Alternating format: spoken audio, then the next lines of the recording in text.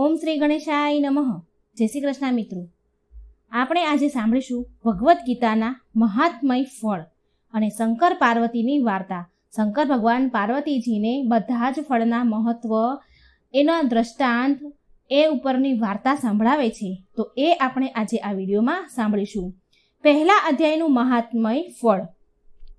કૈલાસ પર્વતના પાવન શિખર પર શંકર ભગવાન અને માતા પાર્વતીજી બેઠા હતા, વાતો કરતા હતા. એ વખતે પાર્વતીજીએ શંકર ભગવાનને પૂછ્યું, હે પ્રભુ, મેં સાંભળ્યું છે કે વૈકુંઠ લોક પ્રાપ્ત કરવા માટે ભગવદ્ ગીતાનો પાઠ કરવો કે સાંભળવો એ બધા ઉપાયોમાં સર્વશ્રેષ્ઠ ઉપાય છે. તો આપ મને કૃપા કરી ગીતાજીના મહાત્મય વિશે કહો. આ સાંભળી વિષ્ણુ ભગવાનનું સ્મરણ કરી શંકર ભગવાને કહ્યું, હે દેવી પાર્વતી, એ ગીતાના લીધે જ હું ત્રણેય લોકમાં પૂંજાઉં છું. ગીતાના જ્ઞાનમાં નિત્ય નિમગ્ન રહેવાના કારણે જ સંસારની માયા મને સ્પર્શી શકતી નથી કે સતાવી શકતી નથી.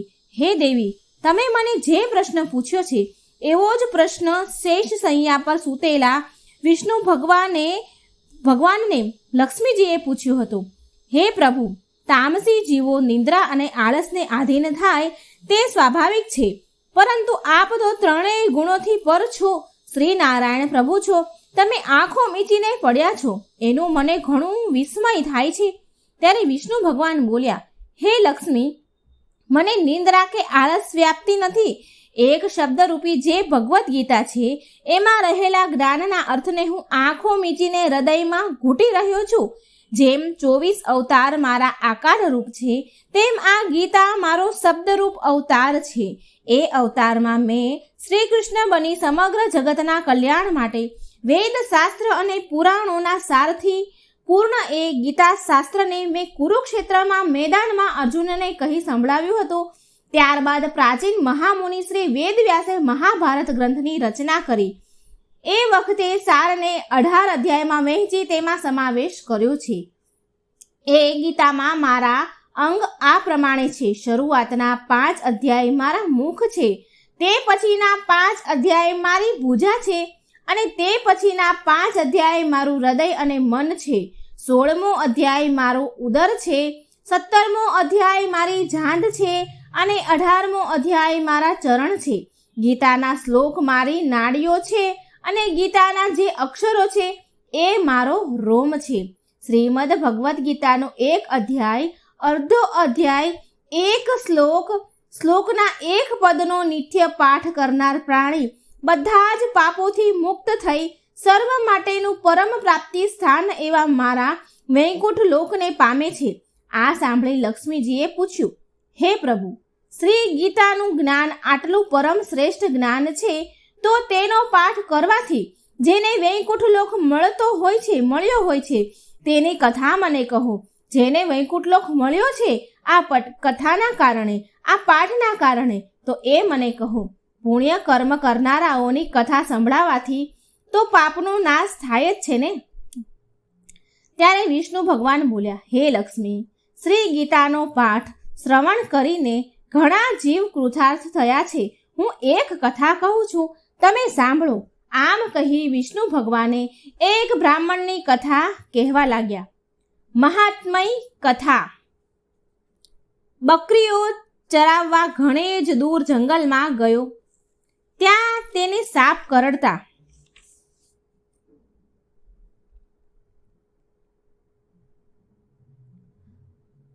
પૂર્વ સુશર્મા નામનો એક અતિ દુરાચાર બ્રાહ્મણ હતો. રાત દિવસ એ દુષ્કર્મમાં ગળાડૂબ રહેતો. એક દિવસ એ બકરીઓના ચરાવવા ઘણે દૂર જંગલમાં ગયો. ત્યાં તેને સાપ કરડતા તેનું મૃત્યુ થયું. તેણે ઘણા પાપ કર્મો કર્યા હોવાથી કેટલાક કાળ સુધી નરક યાતના ભોગવ્યા પછી મનુષ્ય લોકમાં તેને બળદનો જન્મ લેવો પડ્યો. તે એક લંગડા ભિખારીને પાનોરે પડ્યો. લંગડો ભિખારી દરરોજ એ બળદ પર બેસી ભીખ માંગવા જતો. તેને પોતાનું પેટ ભરાય એટલી પણ ભીખ ન મળતી. એ હોવાને કારણે તે બળદને પણ શું ખવડાવે? પોતાનું પેટ પણ ભરી નતો શકતો, તો બળદને શું ખવડાવે? ખાવાનું ન મળવાથી દિવસે ને દિવસે બળદનું શરીર સુકાવા લાગ્યું. એક દિવસ ભૂખના દુઃખને કારણે બળદ ચાલતા ચાલતા બેભાન થઈ રસ્તામાં ઢળી પડ્યો. તેની આંખોના ડોળા પણ બહાર આવી ગયા, પરંતુ તેના પાપનો અંત ન આવ્યો હોવાથી તેના પ્રાણ નીકળતા નહીં. તે જ્યાં પડ્યો હતો ત્યાં લોકોની ભીડ જામી. તેને રીબાતો જોઈ કેટલાક લોકો બોલી ઉઠ્યા, મરી જાય તો બિચારો દુઃખમાંથી છૂટે, પીડામાંથી છૂટે. તો કેટલાક પોતાના ઈષ્ટદેવને યાદ કરી કહેવા લાગ્યા કે હે ભગવાન, હું મારું અમુક પુણ્ય તેને આપું છું. તે પુણ્યના પ્રભાવથી આ રીબાતા બળદના દુઃખ દૂર થાવ. છતાં પણ બળદના પ્રાણ નીકળે નહીં. એટલામાં જ એક વેશ્યા ત્યાં આવી. તેણે પણ કહ્યું, હે ઈશ્વર, મારાથી જો જાણતા કે અજાણતા કંઈ પુણ્ય થઈ ગયું હોય તો તે પુણ્યના પ્રભાવથી આ બળદનું દુઃખ દૂર થાવ. વેશ્યાના મોઢામાંથી આ શબ્દ નીકળ્યો અને નીકળ્યા કે તરત જ રીબાતા બળદનો પ્રાણ નીકળી ગયો. એ મુક્તિ પામ્યો. આમ તેના પાપનો અંત આવ્યો. તેનો પુનઃજન્મ એક બ્રાહ્મણના ઘેર થયો. તેનું નામ સોમશર્મા રાખવામાં આવ્યું. તે મોટો થયો તો તેને પોતાના પૂર્વજન્મ તેને યાદ આવ્યો. આથી તેને એવી જિજ્ઞાસા થઈ કે એ વેશ્યાએ એવું કયું પુણ્ય કર્યું હશે જેના પ્રભાવે મારો રીબાતો જીવ નીકળી ગયો હતો. એક દિવસ તે વેશ્યાને શોધતો તેના ઘેર ગયો. વેશ્યાને પોતાના પૂર્વજન્મની બધી વાત કરી અને તેને પૂછ્યું કે તમે કયું પુણ્ય કર્મ કર્યું હતું. તો વેશ્યા બોલી, હું નીચ કર્મોમાં લિપ્ત છું. કોઈ સારા કર્મ કર્યાનું મને યાદ નથી. મેં તો લોકોની દેખાદેખીથી પ્રેરાઈને પુણ્યનું દાન કર્યાનું કહ્યું હતું. પણ હા, મારો પોપટ રોજ કંઈક બોલે છે. હું તેની મીઠી મધુર વાણી રોજ સાંભળ્યા કરું છું, પરંતુ પોપટ શું બોલે છે તેની મને કંઈ ખબર નથી. માટે તમે પોપટને પૂછો તો કંઈક સાચી માહિતી મળે. સોમશર્મા પોપટ પાસે ગયો અને તેને પૂછવા લાગ્યો અને તે બોલ્યો, હું અહીં આવ્યો હતો એ પહેલાં હું એક મુનિના આશ્રમમાં રહેતો હતો. ત્યાં સૌ કોઈ નિત્ય ગીતાના પહેલા અધ્યાયનો પાઠ કરતા હતા. દરરોજ પાઠ સાંભળવાથી મને પણ એ પાઠ મોઢે થઈ ગયો. એ પાઠ કરવાથી મને ઘણો આનંદ મળે છે. તેથી હું પણ રોજ ગીતાના પહેલા અધ્યાયનો પાઠ કરવા લાગ્યો. એક દિવસ હું પારધીની જાળમાં ફસાઈ પડ્યો. તેણે મને આ વેશ્યાને વેચ્યો. ત્યારથી હું આ પાંજરામાં પૂરાયો છું. છતાં પણ હું રોજ ગીતાના પહેલા અધ્યાયનો પાઠ કરું છું. પોપટની વાત સાંભળીને સોમશર્મા પણ નિત્ય ગીતાના પહેલા અધ્યાયનો પાઠ કરવા લાગ્યો.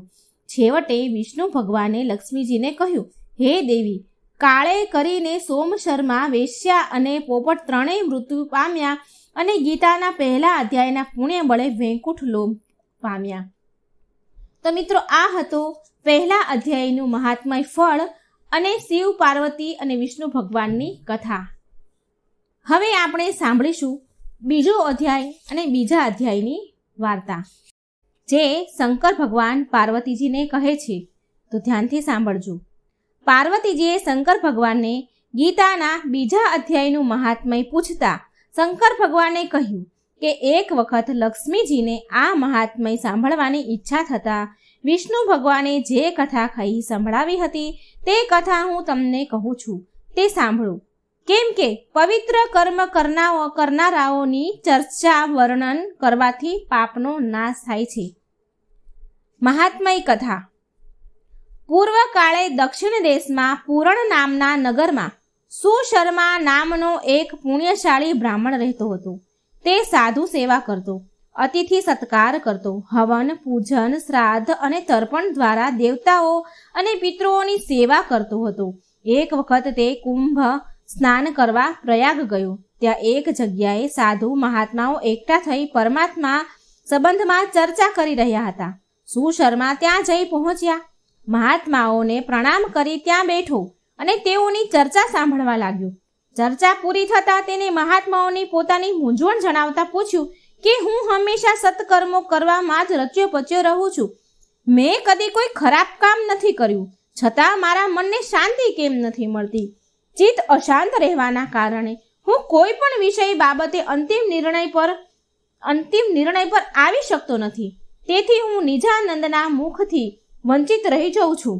તેથી હે મહાત્માઓ, મને પરમ સુખ પ્રાપ્ત થાય એવો કોઈ રસ્તો કહો. એક ઘડી આધી મેં પૂની આધ, એવા સંગત સાધુ કી હરે કોટી અપરાધ. સુશર્માની વિનંતી ભર્યા શબ્દો સાંભળી એક મહાત્માએ કહ્યું કે હે બ્રાહ્મણ, તું ગીતાજીના બીજા અધ્યાયનો નિત્ય પાઠ કર, જેથી તારા મનને શાંતિ અને સુખ મળે. આ વિષય બાબતની એક પ્રાચીન કથા છે જે હું તને કહું છું, તું સાંભળ. પ્રતિષ્ઠા નગરમાં દુધર્મ નામનો રાજા રાજ કરતો. તેના રાજ્યમાં વિક્રમ શર્મા નામનો એક અતિ લોભી બ્રાહ્મણ હતો. તે બ્રાહ્મણનો જીવન નિર્વાહ રાજા તરફથી થતો હતો. રાજા જ્યારે બીજા બ્રાહ્મણોને અન્નદાન કરવાનું કાર્ય વિક્રમ શર્માને સોંપતા ત્યારે તે બધું જ અનાજ પોતે હજમ કરી જતો. આ ઘોર પાપના પરિણામે તે મૃત્યુ પછી નરકમાં સબડવા લાગ્યો. ઘણા કાળ સુધી નરક ભોગવ્યા પછી ફરીથી તેને મનુષ્ય દેહ મળ્યો. યુવાન થતાં તેના લગ્ન કર્કશા નામની દુષ્ટ સ્ત્રી સાથે થયા. એક દિવસ એ વ્યાભિચારી સ્ત્રીએ એના પ્રેમીના કહેવાથી પોતાના સૂતેલા પતિનું માથું કપાવી નાખ્યું. આમ અકાળે મરણ પામવાથી તેનો આત્મા વનમાં પ્રેત થઈ ભટકવા લાગ્યો. કર્કશા પણ મર્યા પછી બકરી થઈ જન્મી. એક દિવસ પ્રેત થયેલા વિક્રમ શર્માએ જંગલમાં એક મહાત્માની ઝૂંપડી પાસે ઊભેલી એક બકરીને જોઈ. એ બકરીને જોતા જ તેને પોતાનો પૂર્વ જન્મ યાદ આવ્યો. તે બદલો લેવા બકરી થયેલી કર્કશાને મારવા દોડ્યો, પણ બકરી તો જ્યાં ઊભી હતી ત્યાં જ ઊભી રહી. પ્રેત ઝૂંપડી પાસે આવ્યું. તે વખતે ઝૂંપડીમાં એક મહાત્મા ગીતાજીના બીજા અધ્યાયનો પાઠ કરી રહ્યા હતા. તે પાઠના શબ્દો પ્રેતના કાને પડતા તે બકરીને મારવાનું ભૂલી જઈ એક ચિત્તે તે પાઠ સાંભળવા લાગ્યો. પાઠ સાંભળવાથી તેના મનના વિચારો શુદ્ધ થઈ ગયા. મનમાં કોઈ વેરભાવ ન રહ્યો. બકરી પણ તે પાઠ સાંભળવાથી ત્યાં જ ઊભી રહી હતી. ત્યારબાદ તેઓ બંને ત્યાં રહ્યા અને નિત્ય ગીતાજીના બીજા અધ્યાયનો પાઠ સાંભળવા લાગ્યા. આ પાઠ સાંભળવાથી પુણ્ય બળે પ્રેત અને બકરી બંને વૈકુંઠ લોક પામ્યા. આમ કહી મહાત્માએ સુશર્માને ગીતાજીના બીજા અધ્યાયનો નિત્ય પાઠ કરવાનો ઉપદેશ આપ્યો. સુશર્મા નિત્ય ગીતાજીના બીજા અધ્યાયનો પાઠ કરવા લાગ્યા. તેથી તેને મનની શાંતિ મળી અને સંસારના બધા સુખ ભોગવી અંતકાળે વૈકુંઠ લોકમાં ગયા. આ હતો મિત્રો બીજા અધ્યાયનું મહાત્મય ફળ અને કથા. હવે આપણે સાંભળીશું ત્રીજા અધ્યાયની મહાત્મય ફળ અને કથા. ભગવદ્ ગીતાના મહાત્મય ફળ અને કથા સાંભળવાનું પણ ઘણું પુણ્ય છે. ત્રીજો અધ્યાય મહાત્મય ફળ. જગત જનની પાર્વતીજી શંકર ભગવાન અને લક્ષ્મીજીએ શ્રી વિષ્ણુ ભગવાનને કહ્યું, હે પ્રભુ, હવે આપ અમને ગીતાજીના ત્રીજા અધ્યાયનું મહાત્મય અને તેના ફળ વિશે જણાવો, જે સાંભળી અમે કૃતાર્થ થઈએ. આ સાંભળી શંકર ભગવાને પાર્વતીજીને અને વિષ્ણુ ભગવાને લક્ષ્મીજીને કહ્યું, હે દેવી, હું ત્રીજા અધ્યાયનું મહાત્મય કહું છું, તે તમે શુદ્ધ ચિત્તે સાંભળો, કારણ કે આ અધ્યાયનો પાઠ સાંભળનારનો અર્ધમયોનીમાંથી છુટકારો થાય છે. મહાત્મય કથા આ પ્રમાણે છે. કૌશિક વંશમાં જન્મેલો જડ નામનો એક બ્રાહ્મણ વેદશાસ્ત્રોનો જાણકાર હોવા છતાં પાપ કર્મોના પરિણામે અધોગતિને પામ્યું. તેને જાત જાતના વેપાર ધંધા કરી પુષ્કળ ધન એકઠું કર્યું હતું, પણ એ ધન ધર્મ કાર્યોમાં વાપરવાના બદલે જુગાર, શરાબ અને વેશ્યાગમનમાં ઉડાડવા લાગ્યું. આ દૂષણોમાં ધન ખલાસ થઈ જતા તેણે ચોરી કરીને ફરીથી ધન એકઠું કર્યું. જડ પાસે પુષ્કળ ધન એ બાબતની જાણ લૂંટારાઓને થતાં તેઓ એક રાતે તેના ઘર પર ત્રાટક્યા. તેને મારી નાખીને તેને બધું જ ધન લૂંટી ગયા. અકાળે મરણ પામવાથી જડ પ્રેત થયો અને પ્રેત યોનિમાં તેના પાપ કર્મોના કારણે દારૂણ દુઃખ ભોગવવા લાગ્યો. આ જડ બ્રાહ્મણોને મોહન નામનો પુત્ર હતો. તે વેપાર અર્થે દૂર દેશાવર ગયો હતો. તે જ્યારે પોતાના ગામ પાછો ફર્યો ત્યારે પોતાના પિતાના મૃત્યુના સમાચાર જાણી અતિશય દુઃખી થયો. પ્રેત યોનિમાંથી પિતાની મુક્તિ અર્થે પુત્રે શાસ્ત્રોક્ત રીતે ઉત્તર ક્રિયા કરી શ્રાદ્ધ કર્યું, પરંતુ જડને પ્રેત યોનિમાંથી મુક્તિ ન મળી અને તે પ્રેત થઈને પુત્રના ઘરમાં જ ભટકવા લાગ્યો. એક દિવસ મોહનને ત્યાં તેનો મિત્ર થોડા દિવસ રહેવા માટે આવ્યો. બીજે દિવસે પ્રાતઃકાળે તેનો મિત્ર સાન સંધ્યા કરીને ગીતાજીના 3જા અધ્યાયનો પાઠ કરવા લાગ્યો. આ પાઠ પ્રેત રૂપે ભટકતા જડે પણ સાંભળ્યો. પરિણામે તેનો પ્રેત યોનિમાંથી ઉદ્ધાર થઈ ગયો. તેને લેવા માટે યમના દૂતના બદલે વિષ્ણુ દૂતો વિમાન લઈને આવ્યા. પ્રેત યોનિમાંથી મુક્ત થયેલા જડ જ્યારે વિમાનમાં બેસવા ગયો ત્યારે અપ્સરાઓએ પુષ્પો વરસાવીને તેનું સ્વાગત કર્યું. પુત્ર પુણ્યશાળી આત્માવાળો હોવાથી તે આ બધું જોઈ શકતો હતો. તેના મનમાં જિજ્ઞાસા જાગતા તેણે પિતાને પૂછ્યું કે તમને મુક્તિ કઈ રીતે મળી? ત્યારે જડ બોલ્યો કે તારા મિત્રે ગીતાજીના પાઠ 3જા અધ્યાયના પાઠ કર્યા, તે મેં સાંભળ્યા, પરિણામે મને મુક્તિ મળી. હે વત્સ, મારો ભાઈ અને આપણા જે પૂર્વજો પોતાના પાપ કર્મોના કારણે હજુ પણ નરક ભોગવી રહ્યા છે, તેમને મુક્તિ માટે તું નિત્ય ગીતાજીના 3જા અધ્યાયનો પાઠ જરૂર કરજે. એ જ દિવસથી પુત્ર નિત્ય ગીતાજીના 3જા અધ્યાયનો પાઠ કરવા લાગ્યો. આ પાઠના પુણ્ય બળે તેના તમામ પિતૃઓને નરકમાંથી મુક્તિ મળી. એટલું જ નહીં, અંતકાળે તે અને તેનો મિત્ર પણ વૈકુંઠ લોકને પામ્યા. જ્યાં ભગવદ્ ગીતાનો ગ્રંથ હોય અને જ્યાં ગીતાનો પાઠ થાય છે ત્યાં પ્રયાગ આદિ સર્વ તીર્થોનો વાસ રહેલો છે. એનો મતલબ એમ છે, અર્થાત ગીતાજીના શ્રવણ પઠનથી પ્રયાગ આદિ પવિત્ર ધામોમાં સ્નાન કર્યા જેટલું પુણ્ય પ્રાપ્ત થાય છે. 4થા અધ્યાયનું મહાત્મય ફળ આ રીતે છે. પાર્વતીજીએ શંકર ભગવાનને કહ્યું અને લક્ષ્મીજીએ વિષ્ણુ ભગવાનને કહ્યું, હે પ્રભુ, હવે આપ અમને ગીતાજીના 4થા અધ્યાયનું મહાત્મય અને તેના ફળ વિશે જણાવો. આ સાંભળી શંકર ભગવાને પાર્વતીજીને અને વિષ્ણુ ભગવાને લક્ષ્મીજીને કહ્યું, હે દેવી, 4થા અધ્યાયનો પાઠ શ્રવણથી જીવ ઉત્તમ લોકોને પામે છે. હું એક કથા કહું છું, એ તમે ધ્યાનથી સાંભળો. મહાત્મય કથા. પવિત્ર કાશી નગરીમાં દેવદત્ત નામનું ધર્મિષ્ઠ બ્રાહ્મણ રહે છે. એક દિવસ તે ભગવાન વેદવ્યાસના દર્શન કરવા ગંગા પાર કરી રામનગર ગયો. ત્યાં એક કૂવો જોયો. કૂવામાંથી પાણી સિંચી સ્નાન કરી સંધ્યા પૂજા કરી. થયું એવું કે એ કૂવા પાસે બોરડીના 2 વૃક્ષો હતા. તેની નીચે તેણે બેસીને ગીતાજીના 4થા અધ્યાયનો પાઠ કર્યો. પાઠ પૂર્ણ કરી તેણે ભોજન કર્યું. થોડી વાર આરામ કરી તે આગળ વધ્યો. જ્યારે દેવદત્ત ગીતાજીના 4થા અધ્યાયનો પાઠ કરી રહ્યો હતો ત્યારે બંને બોરડીઓ ધ્યાનપૂર્વક એ પાઠ સાંભળી રહી હતી.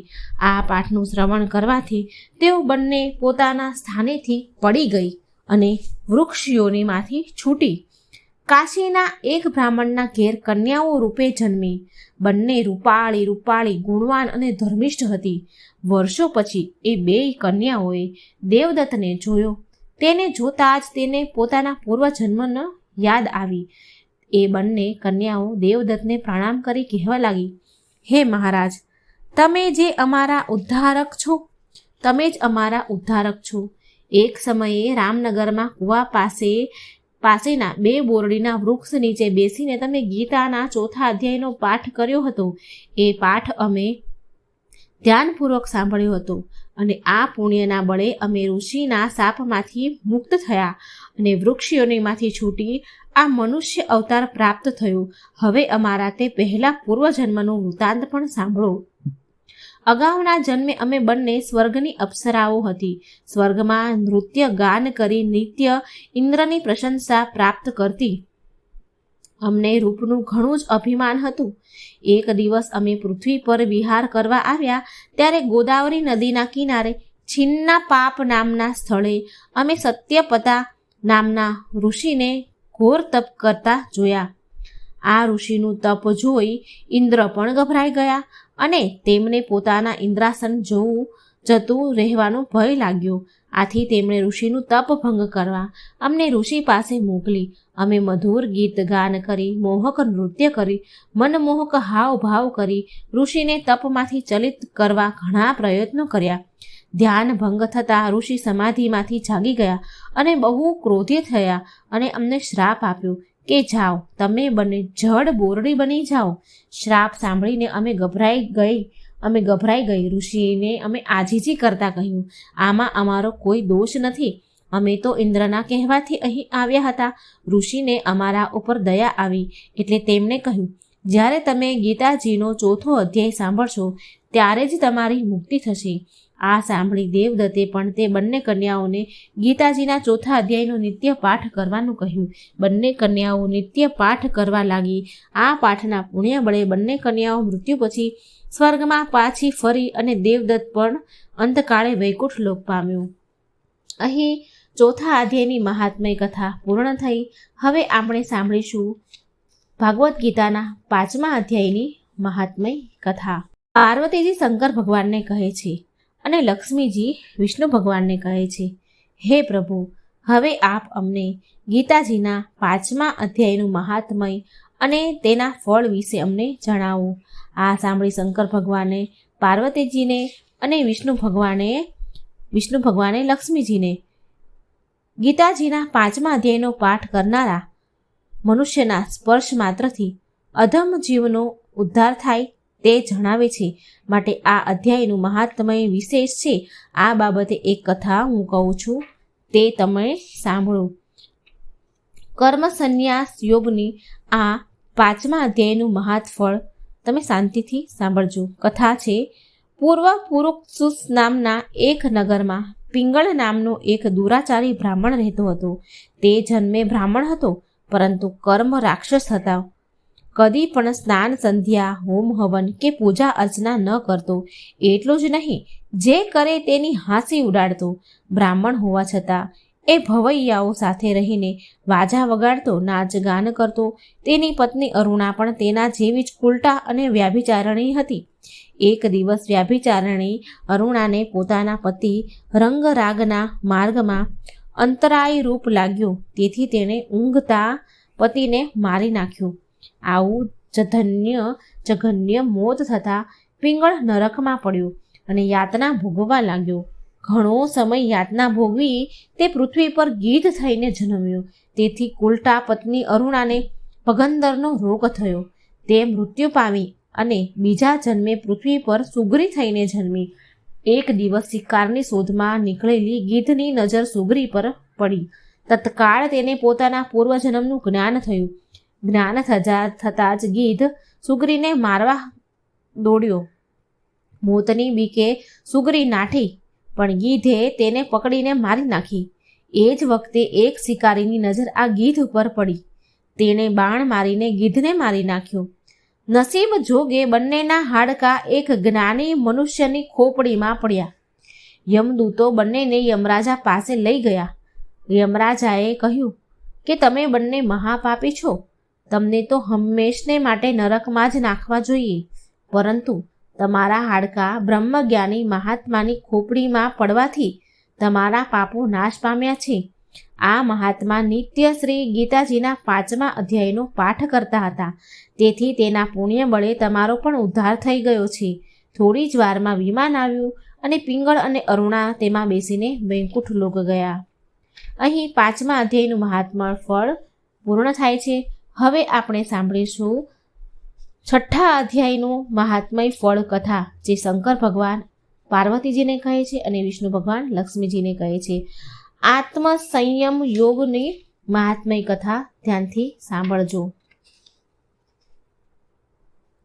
પાર્વતીજીએ શંકર ભગવાન અને વિષ્ણુ ભગવાનને કહ્યું. વિષ્ણુ ભગવાને લક્ષ્મીજીને કહે છે કે હે પ્રભુ, હવે આપ અમને ગીતાજીના 6ઠા અધ્યાયનું મહાત્મય અને ફળ જણાવો. આ સાંભળી શંકર ભગવાન પાર્વતીજી અને વિષ્ણુ ભગવાન લક્ષ્મીજીને કહે છે કે હે દેવી, આ અધ્યાયનો પાઠ કરનાર ત્રણેય લોકમાં આદરણીય સ્થાન પ્રાપ્ત કરે છે. આ અંગેની હું એક કથા કહું છું, તે તમે સાંભળો. ગોદાવરી નદીના પાવન કિનારે પ્રતિષ્ઠન નામનું એક સુંદર નગર હતું. આ નગરમાં રાજાનું નામ જ્ઞાનશ્રુતિ હતું. તે ઘણો જ ધર્મિષ્ઠ હતો. જેટલો જ્ઞાની હતો એટલો દાની પણ હતો. હોમ હવન યજ્ઞ યાગ વ્રત તપ કરતો. સાધુ સંતોની સેવા અને પ્રજાના કલ્યાણમાં જ મગ્ન રહેતો. તીર્થયાત્રા, અતિથિ સત્કાર અને બ્રહ્મભોજન જેવા પવિત્ર કાર્યો કરવામાં તે ઘણો આનંદ પ્રાપ્ત કરતો હતો. એક દિવસ પ્રાતઃકાળે રાજા સૂર્યદેવને અંજલિ આપી રહ્યા હતા. ત્યારે માન સરોવરના હંસોનું એક ટોળું આકાશ માર્ગ પરથી પસાર થઈ રહ્યું હતું. તેમના માથેથી 2 હંસ રાજાના મહેલના કાંગરે આરામ કરવા ઉતર્યા અને વાતો કરવા લાગ્યા. પશુ પક્ષીની ભાષા જાણનાર રાજાએ પણ આ વાત સાંભળી. એક હંસ બીજા હંસને કહી રહ્યો હતો કે આ રાજા ઘણો જ ધર્મિષ્ઠ છે અને દાની પણ છે. લોક કલ્યાણના ઘણા કાર્યો તેણે કર્યા છે. પરિણામે તે ઘણો જ લોકપ્રિય અને આદરપાત્ર બન્યો છે. આ સાંભળી બીજો હંસ બોલ્યો કે આના કરતાં તો વધુ આદરપાત્ર અને બ્રહ્મજ્ઞાની તો રૈકઈ નામનો મહાત્મય છે. પશુ પક્ષીઓની ભાષા સમજતા રાજાએ હંસોની આ વાત સાંભળી તો તેને વિચાર આવ્યો કે આવા બ્રહ્મજ્ઞાની મહાત્માના દર્શન તો અવશ્ય કરવા જ જોઈએ. હંસો તો વાતો કરીને ઉડી ગયા, પણ રાજા જ્ઞાનશ્રુતિ વિચાર કરવા લાગ્યા કે હંસોએ રૈકય નામનો જે મહાત્માની વાત કરી રહ્યા હતા તે ક્યાં રહેતો હશે, તેમને શોધવા ક્યાં? તે છતાં રાજા જ્ઞાનશ્રુતિની મહાત્માના દર્શન કરવાની જિજ્ઞાસા એટલી બધી તીવ્ર બની ગઈ કે તે રાજપાટ છોડીને તીર્થટન કરવા લાગ્યા. તીર્થયાત્રા કરવા નીકળી પડ્યા. કાશી, પ્રયાગ, પ્રભુતિ વગેરે નગર ફરતા ફરતા દેશમાં રૈક્ય નામના મહાત્મા વિશે પૂછપરછ કરતા રાજા કાશ્મીર પ્રદેશના માણિકેશ્વર નામના મહાદેવજીના મંદિરે પહોંચ્યા. ત્યાં રાતવાસો કર્યો. સવારે રાજાએ મંદિરના પૂજારીને મહાત્માએ રૈક્ય અંગે પૂછપરછ કરી તો પૂજારીએ જણાવ્યું કે મહાત્મા રૈક્ય તો આ નગરમાં જ રહે છે. રાજા જ્ઞાનશ્રુતિ તત્કાળ રૈક્ય પાસે પહોંચી ગયા. જઈને પ્રણામ કર્યા અને નમ્ર અવાજે પૂછ્યું કે હે પાવનકારી સંત, આપ આ કક્ષાએ કઈ રીતે પહોંચ્યા? એ કૃપા કરી મને જણાવશો તો હું કૃતાર્થ થઈશ. ત્યારે મહાત્માજી રૈક્ય બોલ્યા કે હે રાજન, હું નિત્ય ગીતાજીના 6થા અધ્યાયનો પાઠ કરું છું. તે પાઠના પુણ્ય બળે હું આ સિદ્ધિ પ્રાપ્ત કરી શક્યો છું. આ સાંભળી રાજા જ્ઞાનશ્રુતિ પણ નિત્ય ગીતાજીના 6થા અધ્યાયનો પાઠ કરવા લાગ્યા અને આ પુણ્યના બળે રાજા સર્વ સુખ ભોગવી અંતકાળે વૈકુંઠ પામ્યા. 6થા અધ્યાયની મહાત્મય ફળ કથા અહીં સંપૂર્ણ થાય છે. હવે આપણે સાંભળીશું 7મા અધ્યાયની કથા, મહાત્મય કથા વાર્તા આપણે સાંભળીશું. જ્ઞાન વિજ્ઞાન યોગ. આ 7મો અધ્યાય છે. પાર્વતીજી શંકર ભગવાન અને લક્ષ્મીજી વિષ્ણુ ભગવાનને કહે છે કે પ્રભુ, હવે આપ અમને ગીતાજીના 7મા અધ્યાયની મહાત્મય ફળ વિશે જણાવો. આ સાંભળી શંકર ભગવાને પાર્વતીજીને અને વિષ્ણુ ભગવાને લક્ષ્મીજીને કહ્યું કે હે દેવી, હું તમને ગીતાજીના 7મા અધ્યાયનું મહાત્મય કહું છું, તે સાંભળો. મહાત્મય કથા આ પ્રમાણે છે. પાટલીપુત્ર નામના નગરમાં એક શંકુકર્ણ નામનો બ્રાહ્મણ રહેતો હતો. તેને 3 પુત્રો હતા. શંકુકર્ણ વેપાર કરીને સુખેથી ગુજરાન ચલાવતો હતો. એકવાર તેને વધુ ધન કમાવા માટે પરદેશ જવાનો વિચાર કર્યો. તેણે પોતાના પુત્રને ખબર પડી કે એ રીતે પોતાનું બધું જ ધન એક ખાડામાં ખોદી દીધું. પછી તે વહાણ લઈને ઉત્તર દિશા તરફ નીકળી ગયો. દુર્ભાગ્યે બન્યું એવું કે પરદેશમાં સાપ કરડવાથી શંકુકર્ણ મૃત્યુ પામ્યો. અકાળે મૃત્યુ થવાથી તેનો જીવ તેના દાટેલા ધનમાં અટકી રહ્યો. આથી તે સાપ બનીને જ એ જગ્યાએ ધન દાટેલું હતું ત્યાં ધનનું રક્ષણ કરવા લાગ્યો. એક દિવસ સર્પયોનીની પારાવાર પીડા સહન ન થતા તેણે પોતાના પુત્રને સપનામાં આવી વાત કરી કે હે પુત્ર, હું સર્પયોનીમાં પારાવારા પીડા ભોગવી રહ્યો છું. મને મુક્તિ અપાવો માટે તું મને મુક્તિ અપાવ, મારો ઉદ્ધાર કરો. આ વાત સાબિત રૂપે શંકુકર્ણ પોતે જ્યાં ધન દાટ્યું હતું તે જગ્યા તેને દેખાડી. જોગાનું જોગ. 3 ભાઈઓએ એક સાથે જ સપનું જોયું. હવે બન્યું એવું કે વચલા પુત્રના મનમાં બધું જ ધન એકલા જ હડપી લેવું હોય એવી એની ઈચ્છા જાગી. તેણે સવાર પડવાની રાહ પણ ન જોઈ. એ તો રાતોરાત પોતાની પત્નીને સાથે લઈને સપનામાં તેના પિતાએ જે જગ્યા દેખાડી હતી ત્યાં પહોંચી ગયો. પતિ પત્ની બંને તે જગ્યાની જમીન ખોદવા લાગ્યા. એ જ વખતે એક સાપ ઉફાળા મારતો મારતો ત્યાં આવ્યો. પુત્ર તો ડરીને પાછળ હટી ગયો. ત્યારે સાપ બોલ્યો, હે વત્સ, ડર નહીં, હું તારો પિતા છું. તું આ શું કરી રહ્યો છે? ત્યારે તે પુત્ર બોલ્યો કે તમે સ્વપ્નમાં આવીને જે કહ્યું હતું તે પ્રમાણે હું તમને મુક્તિ અપાવવા માટે આવ્યો છું અને જમીનમાં જે ધન દાટ્યું છે તે બહાર કાઢી લઈશ, એટલે તમારો ઉદ્ધાર થઈ જશે. પુત્રના આ શબ્દો સાંભળી સર્પયોનીમાં પીડાતો પિતા બોલ્યો કે આમ તું દાટેલું ધન બહાર કાઢી લઈશ, તેથી મને મુક્તિ મળવાની નથી. તમે ત્રણેય ભાઈઓ સાથે મળીને શ્રાદ્ધના દિવસે શ્રી ગીતાજીનું પૂજન કરી 7મા અધ્યાયનો પાઠ કરો, પછી બ્રહ્મ ભોજન કરાવી યથાશક્તિ દક્ષિણા આપો, તો જ મારી મુક્તિ થશે. તે પછી જ તમે ત્રણેય ભાઈઓ દાટેલું ધન મેળવી શકશો, નહીંતર આ ધન ભ્રમર બનીને ઉડી જશે. વચલા પુત્રને લાગ્યું કે પિતાની સદગતિ થયા વગર ધન મળવાનું નથી, એટલે તે પત્નીને લઈને પાછો ફર્યો. ઘેર જઈને પોતાના બંને ભાઈઓએ વિગતે વાત કરી. ત્રણેય ભાઈઓએ શ્રાદ્ધના દિવસે 5 વિદ્વાન બ્રાહ્મણોને બોલાવ્યા, શ્રી ગીતાજીનું પૂજન કર્યું અને બ્રાહ્મણો પાસે જ ગીતાજીના 7મા અધ્યાયનો પાઠ કરાવ્યો. પછી બ્રહ્મ ભોજન કરાવી યથાશક્તિ દક્ષિણા આપી બ્રાહ્મણોને વિદાય કર્યા. આ કાર્યના પુણ્ય બળે શંકુકર્ણ સર્પયોનીમાંથી મુક્ત થયો અને સ્વર્ગલોકમાં ગયો. ત્યારબાદ ત્રણેય ભાઈઓએ જમીન ખોદી દાટેલું ધન બહાર કાઢ્યું અને સરખા ભાગે વહેંચી દીધું. શ્રી ગીતા પાઠનો આવો ઉત્તમ મહિમા જાણી ત્રણેય ભાઈઓ નિત્ય ગીતાજીના 7મા અધ્યાયનો પાઠ કરવા લાગ્યા અને પૃથ્વીલોકના સર્વ સુખ ભોગવી અંતકાળે વૈકુંઠ ગયા. ગીતાજીનો 7મા અધ્યાયની મહાત્મય કથા પૂર્ણ થઈ. હવે આપણે સાંભળીશું અક્ષર બ્રહ્મ યોગ 8મો અધ્યાયની મહાત્મય કથા ફળ. માં પાર્વતીજીને કહ્યું અને શ્રી વિષ્ણુ ભગવાને લક્ષ્મીજીને કહ્યું કે હવે તમે ગીતાજીના અતિશય પાવનકારી અને પરમ પદની પ્રાપ્તિ કરાવનારા ગીતાજીના 8મા અધ્યાયનું મહાત્મય ફળ વિશે તમે સાંભળો. તે સાંભળી તમને ઘણી પ્રશંસા થશે. દક્ષિણ પ્રદેશમાં આમદરપુર નામના નગરમાં ભાવ શર્મા નામનો એક બ્રાહ્મણ રહેતો હતો. તે માત્ર જન્મે જ બ્રાહ્મણ હતો, પરંતુ કર્મ તો કસાઈને પણ શરમાવી દે એવા હતા. તે રાત દિવસ અનીતિ અને પાપ કર્મ કરવામાં જ ડૂબેલો રહેતો અને બ્રહ્મ કર્મ નિંદા જ કર્યા કરતો. એક દિવસની વાત છે. ભાવ શર્માએ પુષ્કળ તાળી પી લીધી. અત્યંત નશો ચઢી જવાથી તે લથડિયા ખાતો પોતાના ઘર તરફ જઈ રહ્યો હતો. ત્યારે શરીરનું સમતોલન ન જાળવી શકતા તે જમીન પર પટકાયો. દુર્ભાગ્યે તેનું માથું એક પથ્થર સાથે જોરથી અથડાતા તેનું મૃત્યુ થયું. પાપ કર્મોના કારણે ભાવ શર્મા વૃક્ષ યોનિને પ્રાપ્ત થયું. તે જ સ્થાને તાડનું વૃક્ષ બનીને નિવાસ નાખતો, પીડા ભોગવતો, પોતાના પાપ કર્મોને યાદ કરી આંસુ વહાવા લાગ્યો. દાઝેલા પરડામની જેમ તે તાડના વૃક્ષ પર એક બ્રહ્મ રાક્ષસ પોતાની પત્ની સાથે રહેવા આવ્યો. તે બ્રહ્મ રાક્ષસની પૂર્વજન્મની કથા આ મુજબ છે. તે બ્રહ્મ રાક્ષસ કુશીબલ નામનો બ્રાહ્મણ હતો. તે વેદાંગના તત્વોને જાણનારી, સર્વશાસ્ત્રોના જ્ઞાતા અને સદાચારી હતો. તેની પત્ની કુમતી તેના નામ પ્રમાણે જ ખરાબ સ્વભાવ અને વિચારવાળી હતી. કુશીબલ ઘણો જ વિદ્વાન હતો, આથી તે પુષ્કળ દાન મળતું હતું, પરંતુ સ્વભાવે ઘણો જ લોભી હોવાના કારણે તે ધન ભેગું જ કર્યા કરતો, કદાપી કોઈને કોઈ પાયનું પણ દાન ન કરે.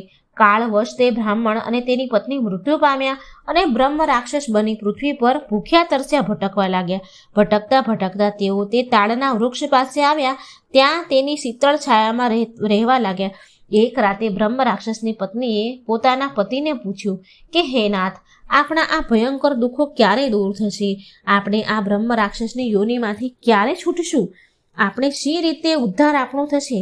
ત્યારે બ્રહ્મ રાક્ષસ બોલ્યો, બ્રહ્મ વિદ્યાનો ઉપદેશ, આધ્યાત્મક તત્વોનો વિચાર અને કર્મ વિધિના જ્ઞાન વિના આપણને મુક્તિ મળવાની મુશ્કેલ છે. આ સાંભળી તેની પત્નીએ પૂછ્યું કે તદ બ્રહ્મ કિમધ્યાંતમ કિમ કર્મ પુરુષતમ. તે બ્રહ્મ શું છે, અધ્યાત્મક શું છે અને કર્મ શું છે? તેની પત્ની આટલું બોલી કે તરત જ એક આશ્ચર્યજનક ઘટના બની. તે સાંભળો. ઉપરોક્ત કથન ભગવદ્ ગીતાનો 8મા અધ્યાયનો અડધો શ્લોક હતો કે જે તેમના મુખેથી અનાયાસે નીકળી ગયો હતો. તે અડધા શ્લોકના મહાત્મ્યથી તે પતિ પત્ની બ્રહ્મ રાક્ષસની યોનિમાંથી મુક્ત થયા. તરત જ વિષ્ણુ દૂતો દિવ્ય વિમાન લઈને આવ્યા અને તે પતિ પત્નીને તેમાં બેસાડી વૈકુંઠ લોક લઈ ગયા. ઉપરોક્ત ગીતાજીના 8મા અધ્યાયના અડધા શ્લોકનું શ્રવણ તાળનું વૃક્ષ બનીને પીડા ભોગવતા ભાવ શર્માએ પણ કર્યું હતું. આથી કરીને તે પણ વૃક્ષ યોનિમાંથી મુક્ત થયો. તાળનું વૃક્ષ સુકાઈને પડી ગયું. બીજા જન્મે આ ભાવ શર્માનો જન્મ એક પવિત્ર ધર્મનિષ્ઠ બ્રાહ્મણના ઘેર થયો.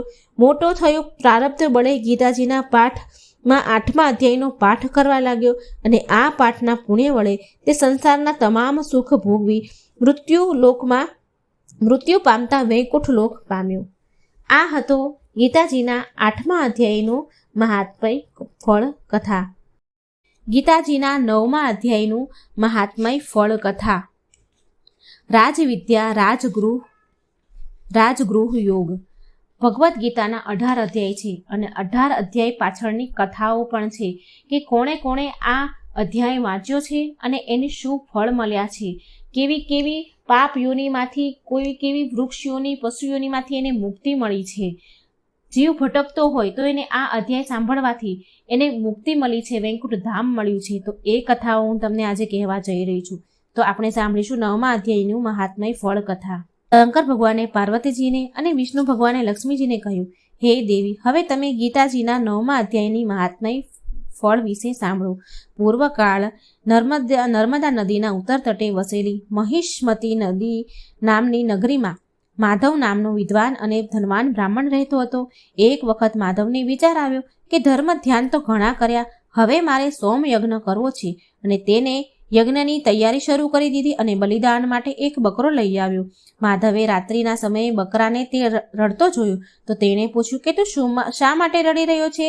ત્યારે બકરાને વાચા ફૂટી અને બોલ્યો. તે માધવને કહેવા લાગ્યો કે સ્વર્ગની સુખની પ્રાપ્તિ માટે તમે મારું બલિદાન આપવા માંગો છો, પણ એ તો ક્ષણભંગુર છે. તેના કરતાં તો સર્વશ્રેષ્ઠ મોક્ષ સુખની પ્રાપ્તિ માટે પ્રયત્ન કરો.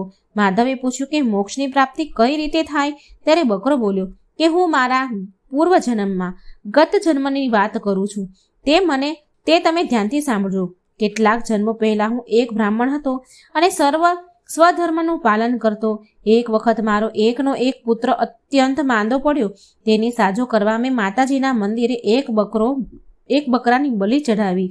મારો પુત્ર તો સાજો થઈ ગયો, પણ ઘોર પાપ કૃત્યના પરિણામે અનેક યોનિમાં હું ભટકીને આજે પણ આ પશુની યોનિમાં અસહ્ય પીડા ભોગવી રહ્યો છું. અને તમે પણ એ જ પાપ કૃત્ય કરવાને તૈયાર થયા છો. ક્ષણિક સુખ માટે કોઈનો વધ કરી અંતે ચીરકાળ સુધી દુઃખ ભોગવ્યા કરવું એ તો બુદ્ધિમાન વ્યક્તિનું કામ નથી. આ બકરાના જન્મ પહેલા હું વાંદરો હતો. એક દિવસ ગ્રહણના સમયે નર્મદા નદીના કિનારે એક રાજા એક બ્રાહ્મણને દાન આપી રહ્યો હતો. તે બ્રાહ્મણને દાનનો સ્વીકાર કરતો જોઈ બીજા બ્રાહ્મણો તેને સમજાવવા લાગ્યા કે ગ્રહણના દિવસે દાન લેવું મહાપાપ કહેવાય. આવું દાન લેનારો નીચ યોનિને પ્રાપ્ત કરે છે. ત્યારે દાન લેનારો બ્રાહ્મણ બોલ્યો, હું કોઈ લોભ લાલચથી દાન નથી લેતો, માત્ર શરીરના નિર્વાહ અર્થ દાન લઉં છું. વળી હું નિત્ય ગીતાજીના 9મા અધ્યાયનો પાઠ કરું છું, જેનાથી મારા તમામ પાપનો નાશ થાય છે. આમ કહીને બકરો બોલ્યો કે હે બ્રાહ્મણ, એ સમયે હું પણ ઝાડ પાસે બેઠો હતો. મેં આ વાત સાંભળી હતી. તમે મારું બલિદાન આપવાના બદલે ગીતાજીના 9મા અધ્યાયનો પાઠ કરો તો તમારા અને મારા બંનેનો ઉદ્ધાર થશે. માધવને બકરીની વાત ગમી, સાચી લાગી. તેણે ગીતાજીના 9મા અધ્યાયનો પાઠ કર્યો. આ પાઠનું શ્રવણ કરતાં જ બકરો પશુઓનીમાંથી મુક્ત થઈ ગયો. આ જોઈ માધવે જીવનભર નિત્ય 9મા અધ્યાયનો પાઠ કરવાનો પવિત્ર સંકલ્પ કર્યો. આ પાઠના પુણ્ય બળે માધવ પૃથ્વી પરના સમસ્ત સુખ ભોગવી અંતકાળે વૈકુંઠ લોક પામ્યો.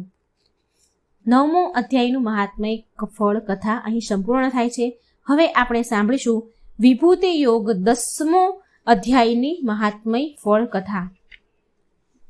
આ મહાત્મય કથા પૂરી ધ્યાનથી સાંભળજો. કૈલાસ નિવાસી શંકર ભગવાને પાર્વતીજીને અને ક્ષીરસાગરમાં શેષ શૈયા પર શયન કરનારા શ્રી વિષ્ણુ ભગવાને લક્ષ્મીજીને કહ્યું કે હે દેવી, હવે હું ગીતાજીના 10મા અધ્યાયના મહાત્મય ફળ વિશેની પરમ પાવન કથા કહું છું, તે તમે સાંભળો. પવિત્ર કાશી નગરીમાં એક બ્રહ્મજ્ઞાની તપસ્વી બ્રાહ્મણ રહેતો હતો. તે નિત્ય બ્રહ્મ મુહૂર્તે સ્નાન કરી શ્રી કાશી વિશ્વનાથના મંદિરે દર્શન કરવા જાય. દર્શન કરીને તે ત્યાં જ ધ્યાનમાં બેસે. આ જોઈ મારા ભૃંગી નામના ગણે મને જિજ્ઞાસાવશ મને પૂછ્યું કે હે પ્રભુ, આ બ્રાહ્મણ કોણ છે? તેણે એવું કર્યું તપ, હોમ કે જપ કર્યા છે કે જ્યારે તે ધ્યાનમાં બેસે છે ત્યારે આપ તેને સન્મુખ પ્રગટ થાવ છો, તેમજ ડગલે ને પગલે તેને સહાય કરવા તત્પર બનો છો?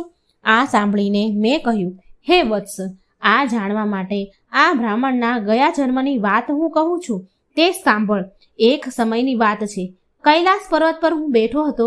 એ સમયે કાળા રંગનો એક હંસ એક સુંદર તાજું કમળ લઈને આવ્યો.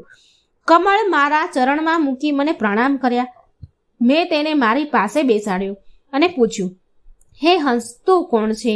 તારા શરીરનો રંગ શ્વેતના બદલે કાળો કેમ છે? તું મારી પાસે જે હેતુથી આવ્યો હતો તે મને જણાવ. ત્યારે તે હંસ બોલ્યો, હે ભગવાન, આપ તો સર્વજ્ઞ છો. આપનાથી તો ક્યાં કંઈ છુપાયેલું છે? કંઈ છુપાતું નથી. છતાં પણ આપ પૂછો છો તો હું બતાવું છું. મને બ્રહ્માજીનું વાહન સમજો. એક દિવસ હું આપના દર્શન કરવાની ઈચ્છાથી બ્રહ્મલોકમાંથી ઉડતો આવી રહ્યો હતો. ત્યારે રસ્તામાં માન સરોવર આવ્યું અને મારી ઉડતાની ગતિ એકાએક રૂંધાઈ ગઈ. હું પૃથ્વી પર પડ્યો અને પડતા જ બેભાન થઈ ગયો. જ્યારે ભાનમાં આવ્યો ત્યારે મારું આખું શરીર કાળું થઈ ગયેલું જોયું. હું એકાએક ઉડતો અહીં કેવી રીતે પડી ગયો તે અંગે વિસ્મિત થઈ વિચારી રહ્યો હતો. ત્યાં જ સરોવરમાંથી અવાજ આવ્યો કે હે હંસ, તું આકાશ માર્ગે ઉડતા મને ઓળંગી ગયો. તે પાપના પરિણામે તું પૃથ્વી પર પડ્યો અને તારું શરીર કાળું થઈ ગયું છે. મેં અવાજની દિશામાં જોયું તો અવાજ કમળોની વચ્ચે આવેલી એક કમલિનીમાંથી આવી રહ્યો હતો. હું તેની નજીક ગયો અને પ્રદક્ષિણા કરી પૂછ્યું, તમે કોણ છો? તમે કમલિની કેમ થયા? આ સાંભળી કમલિની બોલી, મારા આ જન્મ પહેલાના 3જા જન્મે હું એક પતિવ્રતા બ્રાહ્મણી હતી. એક દિવસ હું મારી મેનાને ભણાવવા એવી લીન થઈ ગઈ કે મને મારા પતિના આગમનનું ભાન પણ ન રહ્યું. આ જોઈ પતિદેવ રોષે ભરાઈને મને શ્રાપ આપ્યો કે તું પણ મેના થઈ જા. કાળવશ મૃત્યુ પછી હું મેના જ થઈ. પતિવ્રતા હોવાના ફળરૂપે એક ઋષિના આશ્રમમાં મને આશરો મળ્યો. તે ઋષિ નિત્ય પ્રાતઃકાળે ગીતાજીના 10મા અધ્યાયનો પાઠ કરતા હતા. તે પાઠનું નિત્ય શ્રવણ કરવાથી કાલવશ મૃત્યુ બાદ હું સ્વર્ગલોકની અપ્સરા બની. મારું નામ પદ્માવતી રાખવામાં આવ્યું. એક દિવસ હું વિમાનમાં બેસી આકાશમાં વિહાર કરતી હતી. આ સરોવરે આવી. હું સ્નાન કરતા સરોવરમાં ઉતરી તેવામાં જ ત્યાં દુર્વાસા મુનિ આવી પહોંચ્યા. તેમણે મને વસ્ત્રહીન અવસ્થામાં સ્નાન કરતા જોઈ. મેં ગભરાઈને કમલીનું રૂપ ધારણ કરી લીધું. આ જોઈ દુર્વાસા મુનિએ મને શ્રાપ આપી દીધો કે તે સરોવરમાં વસ્ત્રહીન અવસ્થામાં સ્નાન કર્યાનું મહાપાપ કર્યું છે. તેથી તું આ કમલિનીના રૂપમાં જ 100 વર્ષ સુધી પડી રહે છે. હે હંસ, તું અહીં મારી પાસે ઊભો છે. એ સમયે જ દુર્વાસા મુનિએ મને આપેલ શ્રાપને 100 વર્ષ પૂરા થયા છે. આથી હું આજે તે શ્રાપમાંથી મુક્ત થાઉં છું. હવે હું ગીતાજીના 10મા અધ્યાયનો પાઠ કરું છું. તે પણ સાંભળ. તેના શ્રવણ માત્રથી તું પણ આજે જ મુક્ત થઈશ. આમ કહી કમલિનીએ સ્પષ્ટ અને મધુર વાણીમાં ગીતાજીના 10મા અધ્યાયનો પાઠ કર્યો અને તે મુક્ત થઈ વિષ્ણુ લોકમાં ગઈ. પરંતુ આપના દર્શન કરવા માટે જ હું તે આપેલા આ ઉત્તમ કમળને લઈને અહીં આવ્યો છું. આટલી કથા મને સંભળાવી તે હંસે પોતાના શરીરનો ત્યાગ કરી દીધો. આ એક અદ્ભુત ઘટના હતી. તે હંસ જ નવા જન્મે આ બ્રાહ્મણ રૂપે જન્મ્યો. ગત જન્મના પુણ્યના બળે પરિણામે આ જન્મે તે બ્રહ્મજ્ઞાની થયો. ગીતાજીના 10મા અધ્યાયનો નિત્ય પાઠ કરવાથી તે નિત્ય મારા દર્શન કરી શકે છે. હે પાર્વતી, આ પ્રમાણે મેં ભૃંગીગણને આ પાપનાશક કથા કહી હતી અને આજે તે કથા મેં તમને કહી સંભળાવી છે. આવું મહાન છે ગીતાના 10મા અધ્યાયનું મહાત્મય ફળ. અહીં 10મા અધ્યાયનું મહાત્મય ફળ પૂરું થયું. હવે આપણે સાંભળીશું ગીતાજીના 11મા અધ્યાયનું મહાત્મય ફળ. વિશ્વરૂપ દર્શન યોગ આ 11મા અધ્યાયનું નામ છે. 11મા અધ્યાયનું મહાત્મય ફળ. શ્રી શંકર ભગવાને પાર્વતીજીને અને વિષ્ણુ ભગવાને લક્ષ્મીજીને કહ્યું કે હવે હું ગીતાજીના 11મા અધ્યાયનું મહાત્મય કહું છું, તે તમે સાંભળો કે જેના શ્રવણ માત્રથી મહાન પાપીઓ પણ પોતે કરેલ પાપોમાંથી છૂટી મોક્ષ પામે છે. પૂર્વકાળે વિવાહ મંડપ નામના એક નગરમાં હોલિકા નામનો એક ખેડૂત બ્રાહ્મણ રહેતો હતો. તે ખેતરની ચોકીદારી કરીને પોતાનું પેટ ભરતો હતો. એક દિવસની વાત છે. બપોરનો સમય હતો. તે ખેતરની ચોકીદારી કરી રહ્યો હતો. તેવામાં એક મુસાફર ત્યાંથી નીકળ્યો. તે સમયે એક અત્યંત ભૂખ્યો ગીધ તે મુસાફર પર તૂટી પડ્યો અને પોતાના તીક્ષ્ણ ન્યોર નખોથી તેને ચાંચ વડે મુસાફરને ફાડી નાખ્યો અને ખાધું. આરામ કરતો હોલિકા આ બધું જ જોઈ રહ્યો હતો. તેણે ધાર્યું હોત તો મુસાફરને બચાવી શક્યો હોત, પણ મારે શું એમ વિચારીને તે ઊભો પણ ન થયો. એટલામાં જ એક મહાત્મા ત્યાંથી પસાર થયા. ગીધ મુસાફરને મારીને ખાઈ રહ્યો હતો. આ જોઈ મહાત્માના મનમાં તિરસ્કાર જાગ્યો અને તેમણે હોલિકાને શ્રાપ આપતા કહ્યું, તને ધિક્કાર છે, તું ઘણો નિર્દયી છે. તું રાક્ષસથી ઓછો નથી, માટે તું રાક્ષસ થઈ જા. આ શ્રાપ સાંભળતા જ બ્રાહ્મણ ગભરાઈને કરગરવા લાગ્યો.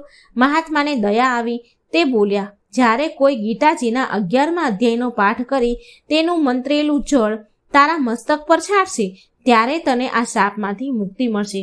આમ કહી મહાત્મા ચાલ્યા ગયા. શાપના કારણે રાક્ષસ બનેલો બ્રાહ્મણ ગામના લોકોને પકડીને ખાવા લાગ્યો. આથી ત્રાસી ગયેલા ગામના લોકોએ ભેગા થઈ બ્રહ્મ રાક્ષસને વિનંતી કરી કે તું ધર્મશાળામાં જઈને રહે, ત્યાં જે રાતવાસો કરે તેનો તું ભોગ લેજે. બ્રહ્મ રાક્ષસે ધર્મશાળામાં ધામા નાખ્યા. ત્યાં જે મુસાફર આવતા તેને તે મારીને ખાઈ જતો. એક દિવસ એક બ્રાહ્મણે આ ધર્મશાળામાં રાતવાસો કર્યો. સવારે તેને જીવતો જોઈ ચોકીદાર અને ગામ લોકોનો વિસ્મયનો પાર ન રહ્યો. બ્રાહ્મણ જાણકાર છે એમ માની ચોકીદારે આ બ્રાહ્મણને થોડા દિવસ ધર્મશાળામાં રહેવાની વિનંતી કરી. બ્રાહ્મણ રોકાઈ ગયો. બન્યું એવું કે ચોથા દિવસે સાંજે ચોકીદારના પુત્રનો મિત્ર ગામમાં આવ્યો. ચોકીદાર તેને જાણતો ન હતો. આથી ચોકીદારે તેને અન્ય મુસાફરોની સાથે ધર્મશાળામાં મોકલી દીધો. ચોકીદારના પુત્રને પોતાનો મિત્ર ધર્મશાળામાં ઉતર્યો છે આ વાતની ખબર પડતા તે પોતાના જીગરી મિત્રને બચાવવા માટે ધર્મશાળામાં ગયો. પરંતુ બ્રહ્મ રાક્ષસ અન્ય મુસાફરોની સાથે પણ તેને મારીને ખાઈ ગયો. આ જોઈ ચોકીદારના હોશ ઉડી ગયા. તે રાક્ષસને કરગરીને કહેવા લાગ્યો કે મારા પુત્રને તમે જ તેના મિત્રને તું સજીવન કર. તું આ બ્રાહ્મણને નથી મારતો તો આ બંનેને શા માટે માર્યા? ત્યારે બ્રહ્મ રાક્ષસ બોલ્યો કે આ બ્રાહ્મણ નિત્ય ગીતાજીના 11મા અધ્યાયનો પાઠ કરે છે, પરિણામે હું તેને મારીને ખાઈ નથી શકતો. જો આ બ્રાહ્મણ ગીતાજીના 11મા અધ્યાયના મંત્રથી 7 વાર અભિમંત્રિત કરેલ જળ મારા પર છાંટે તો મારો ઉદ્ધાર થઈ જશે. આ સાંભળી ધર્મિષ્ઠ બ્રાહ્મણે તત્કાળ ગીતાજીના 11મા અધ્યાયથી જળને અભિમંત્રિત કરી રાક્ષસ પર છાંટ્યું તો બ્રહ્મ રાક્ષસનો તેની યોનિમાંથી ઉદ્ધાર થયો. સાથે 2 મિત્રોને પણ મુક્તિ મળી ગઈ. વૈકુંઠ લોકમાંથી દૂતો વિમાન લઈને તેડવા આવ્યા. આ જોઈને ચોકીદાર રડતો પુત્રને રોકવા લાગ્યો. આથી પુત્ર બોલ્યો કે ગીતાજીના 11મા અધ્યાયનું શ્રવણ કરવાથી અમને મુક્તિ મળી છે. વળી આ સંસારમાં તો સૌ કોઈ પોતાના કર્મ અનુસાર આવે છે અને જાય છે. આજે અમે જઈએ છીએ, કાલે તમારે જવાનું છે. કેટલીક વાર તમે મારા અને હું તમારો પુત્ર રહી ચૂક્યા છીએ, માટે હવે તમે મુક્તિનો ઉપાય કરો. ગીતાજીના 11મા અધ્યાયનો પાઠથી આ બ્રહ્મ રાક્ષસના જેવાનો પણ ઉદ્ધાર થઈ ગયો છે. તો મેં જોયું ને, હવે તમે પણ નિત્ય ગીતાજીના 11મા અધ્યાયનો પાઠ કરવાનો સંકલ્પ કરો. આમ કહીને તે ચાલ્યો ગયો. ચોકીદાર નિત્ય ગીતાજીના 11મા અધ્યાયનો પાઠ કરવા લાગ્યા અને અંતકાળે મૃત્યુ પામ્યા બાદ વૈકુંઠ લોકને પામ્યા. આ ગીતાજીના 11મા અધ્યાયની મહાત્મય કથા પૂરું થયું. અમને સાંભળીશું ભગવદ્ ગીતાના 12મા અધ્યાયનું મહાત્મય ફળ કથા. ત્યાં ભગવદ્ ગીતાનો ગ્રંથ હોય અને જ્યાં ગીતાના પાઠ થાય ત્યાં પ્રયાગ આદિ સર્વ તીર્થનો વાસ રહેલો હોય છે. અર્થાત ગીતાજીના શ્રવણ માત્રથી પ્રયાગ આદિ પવિત્ર ધામોમાં સ્નાન કર્યા જેટલું પુણ્ય ફળ મળે છે. અને આ ગીતાના અધ્યાયનો વાંચવાથી, એનું મહાત્મય કથા ફળ વાંચવાથી આપણા પાપો બળીને ભસ્મ થાય છે અને આ લોકમાં બધું જ સુખ ભોગવીને, સર્વ સુખ ભોગવીને ભગવાનના વૈકુંઠ ધામમાં આપણને વાસ મળે છે. માટે આપણે આ ભાગવદ્ ગીતાના અધ્યાય સાંભળવા પણ ખૂબ જરૂરી છે અને મહાત્મય કથા પણ સાંભળવું જરૂરી છે. એક એક અધ્યાયના શું મહત્વ છે એ બધું જ આ કથાઓમાં મહાત્મય ફળમાં જાણવા મળશે. અત્યાર સુધી આપણે 11 અધ્યાય સાંભળ્યા. હવે 12મા અધ્યાયનું મહાત્મય ફળ કથા સાંભળીશું. અધ્યાય 12 ભક્તિ યોગ. શંકર ભગવાને પાર્વતીજીને અને વિષ્ણુ ભગવાને શ્રી લક્ષ્મીજીને કહ્યું કે હવે તમે ગીતાજીના 12મા અધ્યાયનું અદ્ભુત મહાત્મા ફળ અને તેના ફળ વિશે સાંભળો. મહાત્મયની કથા આ રીતે છે. કોલ્હાપુર નગરમાં રાજા બૃહદર્થ નામે ઘણો જ શક્તિશાળી રાજા રાજ કરતો હતો. તેણે અનેક વિજય મેળવ્યા હતા. એકવાર તેણે પોતાના સર્વોપરિતા પુરવાર કરવા અશ્વમેઘ યજ્ઞ આદર્યો. શાસ્ત્રોક્ત વિધિ મુજબ તેણે યજ્ઞના પંચકલ્યાણી ઘોડાને છૂટો મૂક્યો. સાથે તેનું સૈન્ય પણ ગયું. દુર્ભાગ્યવશ બન્યું એવું કે ઘોડો પાછો ફરે અને યજ્ઞ પૂર્ણ થાય તે પહેલાં જ રાજાનું મૃત્યુ થયું. યજ્ઞ અધૂરો ન રહે તે માટે રાજાના પુત્રએ શાસ્ત્રાજ્ઞોની આજ્ઞાથી રાજાના શરીરને તેલમાં સાચવી રાખ્યું. થોડા સમય પછી યજ્ઞનો ઘોડો સમગ્ર પૃથ્વી પર વિજય પ્રાપ્ત કરીને પાછો ફર્યો. પરંતુ યજ્ઞ પૂર્ણ થાય તે પહેલાં કોઈએ તે ઘોડાને ચોરી ગયું. સમગ્ર રાજ્યમાં તો હાહાકાર મચી ગયો. રાજાનો પુત્ર કુળદેવીના મંદિરે જઈ પ્રાર્થના કરવા લાગ્યો કે હે માતા, આ કઠિન ધર્મ સંકટમાંથી મારો અને મારા પરિવારનો, મારા પિતાનો ઉદ્ધાર કરો. અશ્વમેઘનો ઘોડો મને પાછો મેળવી આપો, જેથી હું યજ્ઞ પૂરો કરી મારા પિતા પ્રત્યેની મારી ફરજ પૂરી કરું. ત્યારે માતાજી બોલ્યા કે મારા મંદિરના દ્વારે એક બ્રાહ્મણ બેઠો છે. તે મારી આજ્ઞાથી તારા બધા કામ પૂરા કરી દેશે. રાજાનો પુત્ર મંદિરના દ્વાર પર બેઠેલા તપસ્વી બ્રાહ્મણ પાસે ગયો અને પ્રણામ કરી ચૂપચાપ ઊભો રહ્યો. ત્યારે બ્રાહ્મણ બોલ્યો કે માતાજીએ તને મારી પાસે મોકલ્યો છે ને, ચિંતા ન કર, હવે હું તારા બધા જ કામ પૂરા કરું છું. આમ કહી મંત્ર વેતા બ્રાહ્મણે બધા દેવતાઓને પોતાની પાસે બોલાવ્યા. રાજાના પુત્રએ જોયું તો બધા દેવતાઓ હાથ જોડી થરથર કાપતા ઊભા હતા. બ્રાહ્મણે બધા દેવતાઓને કહ્યું કે રાતના સમયે દેવરાજ ઇન્દ્રે અશ્વમેઘ યજ્ઞના ઘોડાને ચોરીને બીજે કાંઈક મૂકી દીધો છે. તે ઘોડાને તત્કાળ અહીં હાજર કરો. દેવતાઓએ તરત જ ઘોડાને હાજર કરી દીધો. બ્રાહ્મણે તેઓની જવાની આજ્ઞા આપી. આ બધું જોઈ વિસ્મય પામેલો રાજાનો પુત્ર બ્રાહ્મણના ચરણોમાં પડી તેની અદ્ભુત શક્તિ તથા સામર્થ્યના ગુણગાન ગાવા લાગ્યો અને એ વિનંતી કરવા લાગ્યો અને બોલ્યો કે હે સાધુ શ્રેષ્ઠ, મારા પિતા બૃહદર્થ અશ્વમેઘ યજ્ઞનો આરંભ કરી દૈવયોગે મૃત્યુ પામ્યા છે. હજુ સુધી એમનું શરીર તેલમાં સાચવીને રાખ્યું છે મેં. આપ કૃપા કરી તેમને સજીવન કરો તો યજ્ઞ નિર્વિઘ્ન પૂર્ણ થાય. બ્રાહ્મણને દયા આવી ગઈ. તેણે જળ મંત્રીને રાજાના શબ પર છાંટ્યું તો રાજા તત્કાળ સજીવન થઈ ગયું. બાજુમાં ઊભેલા બ્રાહ્મણને જોઈ પૂછ્યું કે હે ધર્મ સ્વરૂપ, તમે કોણ છો? તો રાજાના પુત્રએ બધી જ હકીકત કહી સંભળાવી. રાજાએ પોતાને જીવદાતા દેનાર બ્રાહ્મણને નમસ્કાર કરીને પૂછ્યું, ક્યાં પુણ્યથી આપને આ અલૌકિક શક્તિ પ્રાપ્ત થઈ છે? તો બ્રાહ્મણ મધુર વાણીમાં બોલ્યો કે આ શક્તિ તો મને ગીતાજીના 12મા અધ્યાયનો નિત્ય પાઠ કરવાથી પ્રાપ્ત થઈ છે. રાજા બૃહદર્થે યજ્ઞ પૂર્ણ કર્યો તે દિવસથી તે નિત્ય ગીતાજીના 12મા અધ્યાયનો પાઠ કરતો રહ્યો. એ પુણ્યના બળે અંતકાળે તે સદેહે વૈકુંઠ લોક પામ્યો. 12મા અધ્યાયનું મહાત્મય કથા ફળ અહીં સંપૂર્ણ થાય છે. હવે આપણે સાંભળીશું 13મા અધ્યાયનું મહાત્મય ફળ. ક્ષેત્રજ્ઞ યોગ. આ અધ્યાય 13મો છે. આ અધ્યાયનું મહાત્મય ફળ કથા શંકર ભગવાન પાર્વતીજીને અને વિષ્ણુ ભગવાન લક્ષ્મીજીને કહે છે કે હવે તમે ગીતાજીના 13મા અધ્યાયનું મહાત્મય અને ફળ કેવું મહાપુણ્યદાયી છે તથા પરમ પદની પ્રાપ્તિ કરાવનારું છે તે તમે સાંભળો. દક્ષિણ પ્રદેશમાં તુંગભદ્રા નદીના તીરે હરિહરપુર નામનું એક નગર હતું. આ નગરમાં હરિદીક્ષિત નામનો એક બ્રાહ્મણ રહેતો હતો. નામ પ્રમાણે જ તે અતિ ધાર્મિક વૃત્તિવાળો હતો. સદાય પવિત્ર આચરણ કરવાવાળો હતો અને વિદ્વાન હતો. પરંતુ દુર્ભાગ્યે તેની પત્ની નખશીખ, અધર્મી, ઉલટા અને વ્યાભિચારણી હતી. તે હંમેશા પતિ સાથે ઝઘડ્યા કરતી, પતિના સગા સંબંધીઓ અને મિત્રો સાથે અયોગ્ય વ્યવહાર કરતી. જ્યારે હરિદીક્ષિત ગામમાં કોઈને ત્યાં ધાર્મિક વિધિ કરવા કે કામ અર્થે ઘરની બહાર જતો, ત્યારે તેની પત્ની પરપુરુષને ઘેર બોલાવીને રંગ રાગ માણતી. આ બ્રાહ્મણીના પાપનો ઘડો ભરાઈ જતા તેને ભયંકર રોગ લાગુ પડ્યો. ઘણા ઉપાય અજમાવવા છતાંય તે સાજી ન થઈ અને રેબાઈને મરી ગઈ.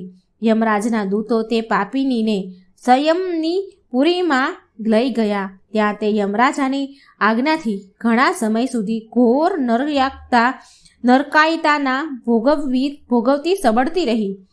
છેવટે તે એક ચાંડાલના ઘેર પુત્રી થઈને જન્મી. જાત જાતની મુસીબતો વેઠતી તે મોટી થવા લાગી. પૂર્વજન્મના અભ્યાસથી તે આ જન્મમાં પણ પાપ કર્મોમાં જ પ્રવૃત્ત રહેતી હતી. એક દિવસની વાત છે. એક ધર્મનિષ્ઠ બ્રાહ્મણના ઘેર ધાર્મિક મહોત્સવ હતો. ત્યાં બ્રહ્મ ભોજન પણ હતું. ચાંડાલણી વધ્યું ઘટ્યું ખાવાનું લેવા માટે ત્યાં ગઈ અને બારણે આરામથી બેઠી. ત્યાં ઊંચા અવાજે થઈ રહેલા ગીતાજીના 13મા અધ્યાયના પાઠનું એકાગ્રચિત્તે શ્રવણ કરવા લાગી. બન્યું એવું કે એકાએક ચાંડાલણીને ગભરામણ થતાં તેનું હૃદય બંધ પડી ગયું અને તે ત્યાં જ મૃત્યુ પામી. તેને ઢળી પડેલી જોઈ ઉત્સવમાં ભાગ લેવા આવેલા બધા જ ત્યાં એકઠા થઈ ગયા. ચાંડાળો પણ ચાંડાલણીના શબને લેવા આવી પહોંચ્યા. ત્યાં જ બધાના વિસ્મય વચ્ચે આકાશમાંથી એક વિમાન આવ્યું. તેમાંથી દેવાંગનાઓ ઉતરી અને ચાંડાલણીને ઉત્તમ વસ્ત્ર અલંકારો સજાવવા લાગી. આ જોઈ બધા વિસ્મયનો પાર ન રહ્યો. બધાને જેના ઘેર ઉત્સવ હતો તે બ્રાહ્મણ દેવાંગનાઓને પૂછવા લાગ્યો કે તમે કોણ છો અને આ ચાંડાલણીને ક્યાં લઈ જાઓ છો? ત્યારે દેવાંગનાઓ બોલી કે અમે વિષ્ણુલોકથી દેવાંગનાઓ છીએ. આજે આ ચાંડાલણીએ ગીતાજીના 13મા અધ્યાયનું અનાયસે પરંતુ એકાગ્રચિત્તે શ્રવણ કર્યું હોવાથી તેના આજ સુધીના પાપો નાશ પામ્યા છે. તેનો ઉદ્ધાર થયો છે. અમે તેને વૈકુંઠમાં લઈ જઈએ છીએ. દેવાંગનાઓ ચાંડાલણીને લઈને વૈકુંઠ લોકમાં ગઈ. આ જોઈ ત્યાં હાજર હતા તે બધા જીવનભર ગીતાના 13મા અધ્યાયનો પાઠ કરવાનો પવિત્ર સંકલ્પ કર્યો. આ પ્રમાણે શંકર ભગવાને પાર્વતીજીને કથા સંભળાવી અને કહ્યું, હે દેવી, જેઓ નિત્ય 13મા અધ્યાયનો પાઠ કરે છે તે મૃત્યુ બાદ સદગતિ પામી વૈકુંઠ લોકમાં જાય છે. હવે આપણે સાંભળીશું અહીં 13મા અધ્યાયની મહાત્મય કથા પૂરી થઈ. હવે આપણે સાંભળીશું અધ્યાય 14મો, ત્રિગુણ વિભાગ યોગ. આ 14મા અધ્યાયનું મહાત્મય ફળ અને કથા શંકર ભગવાન પાર્વતીજીને અને વિષ્ણુ ભગવાન લક્ષ્મીજીને કહે છે કે હવે તમે સંસારના બંધનોમાંથી મુક્તિ અપાવનાર ગીતાજીના 14મા અધ્યાયનું મહાત્મય ફળ તમે સાંભળો. મહારાષ્ટ્ર પ્રદેશમાં પ્રદ્યુતક નામના મહાનગરમાં બ્રહ્મદત્ત નામનો એક અતિ પવિત્ર અને ધર્મનિષ્ઠ બ્રાહ્મણ રહેતો હતો. તે જેટલો ધાર્મિક અને પરમાર્થી હતો એટલી જ તેની પત્ની વિલોભના દુરાચારી હતી. તેની કર્કશ વાણીના તીર બ્રાહ્મણના હૃદયને વીંધી નાખતા વ્યાભિચારી પત્નીના કાળા કરતૂતોથી ત્રાસી ગયેલો બ્રાહ્મણ તેને બહુ જ સમજાવતો, પણ તેની પત્ની કશું જ કાને ન ધરે. એક દિવસ બ્રાહ્મણને એવો ક્રોધ ચડ્યો કે તેણે દુરાચારી પત્નીનું ગળું દબાવીને મારી નાખી. દુરાચારી બ્રાહ્મણી પોતાના પ્રાપ્ત કૃત્યોના કારણે નરક યાતના ભોગવવા માંડી. ભોગવ્યા બાદ એક રાજાના મહેલમાં કૂતરી રૂપે જન્મી. રાજાએ કૂતરીને પોતાની સાથે શિકારે લઈ જતો. બીજી બાજુ બ્રાહ્મણ પણ પોતે કરેલા સ્ત્રી હત્યાના પાપને યાદ કરીને રીબાવા લાગ્યો. મરણ પછી તે સસલાનો અવતાર પામ્યો અને વનમાં રહેવા લાગ્યો. એક દિવસ રાજા શિકાર કરવા નીકળ્યો. સાથે પેલી કૂતરીને પણ લીધી. જંગલમાં સસલાનું ઝુંડ જોતા રાજાએ કૂતરીને છૂટી મૂકી દીધી. કૂતરી સસલાના ઝુંડ પાસે આવી. એક સસલાના રૂપમાં રહેલા પોતાના પૂર્વજન્મના પતિને જોયો. તત્કાળ તેને બદલો લેવાનો નિશ્ચય કર્યો. તેણે બીજા સસલાઓને સામે નજર પણ કર્યા વગર તે સસલાની પાછળ દોડી.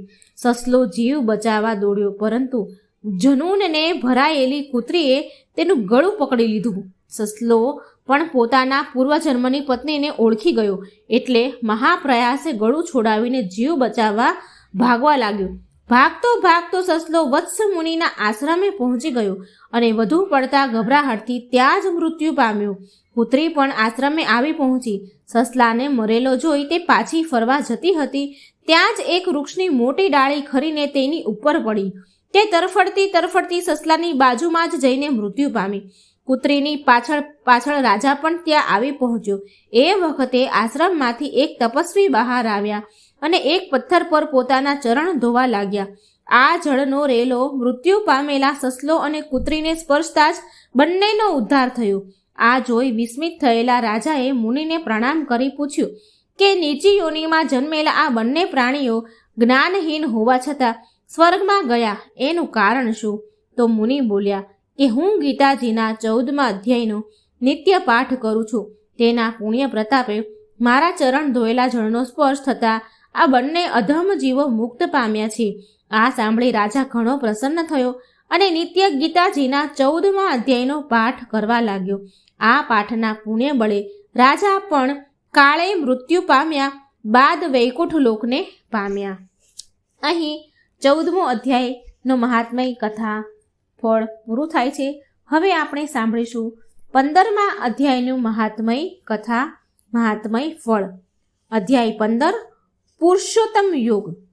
આ પુરુષોત્તમ યોગની મહાત્મય કથા ફળ શંકર ભગવાન પાર્વતીજીને અને શ્રી વિષ્ણુ ભગવાન લક્ષ્મીજીને કહે છે કે હે દેવી, હવે તમે આત્માનો ઉદ્ધાર કરી સદગતિ અપાવનારા ગીતાજીના 15મા અધ્યાયનું મહાત્મય ફળ વિશે સાંભળો. પૂર્વકાળે ગૌડા દેશમાં નૃસિંહ નામનો એક મહાપરાક્રમી રાજા રાજ કરતો હતો. તેનો મંત્રી ઈર્ષાળુ સ્વભાવનો હતો. રાજાને સ્વર્ગ સમાન સુખ વૈભવ ભોગવતો જોઈ તેને વિચાર કર્યો કે જો હું રાજકુમારો સહિત રાજાને મારી નાખું અને ખુદ રાજા બની જાઉં તો મને પણ આ વૈભવ ભોગવવા મળે. પછી તો મંત્રી રાત દિવસ રાજાને મારી નાખવાના જ વિચાર કરવા લાગ્યો. એક અંધારી રાતે મંત્રીએ રાજાને મારી નાખવા માટે મહેલ તરફ જઈ રહ્યો હતો. ત્યારે અંધારામાં તેનો પગ એક સાપ પર પડ્યો. સાપે દંશ દેતા તત્કાળ મંત્રી મૃત્યુ પામ્યો. બીજા જન્મે આ મંત્રી સિંહ દેશમાં ઘોડા રૂપે જન્મ્યો. તે ગુણોમાં અશ્વરાજ ઉચ્ચસ્રવા સમાન મહાતેજસ્વી હતો. જોગાનું જોગ તે ઘોડાને નૃસિંહ રાજાએ એક સોદાગર પાસેથી મોં માંગી કિંમત આપી ખરીદી લીધો. એક દિવસ રાજા તે ઘોડા પર બેસીને શિકાર કરવા જંગલમાં ગયો. શિકારની શોધમાં મધ્યાહન થઈ ગયો. શિકાર ન મળવાથી નિરાશ થયેલો રાજા ભૂખ તરસથી વ્યાકુળ બની ગયો. ત્યાં જ તેની નજર એક ઋષિના આશ્રમ પર પડી. રાજાએ ત્યાં જઈ પાણી પીધું. તેના મુખ પરનું તેજ જોઈ ઋષિ જાણી ગયા કે આ કોઈ રાજકુળનો જ છે અને ભૂખ્યો છે. ઋષિએ રાજાને ભોજન કરાવ્યું અને આશ્રમમાં જ આરામ કરવાનું કહ્યું. રાજા આડા પડખે થઈને આરામ કરવા લાગ્યો. દર્ભશૈયા પર તેને ઊંઘ ન આવી એટલે દિવાલ પર લખેલા ગીતાજીના 15મા અધ્યાયનો પાઠ વાંચવા લાગ્યો. આ પાઠ તેને બહુ ગમી ગયો. તેની વારંવાર વાંચીને યાદ કરવા લાગ્યો. 8-10 વખત વાંચતા તેને આખો પાઠ મોઢે થઈ ગયો.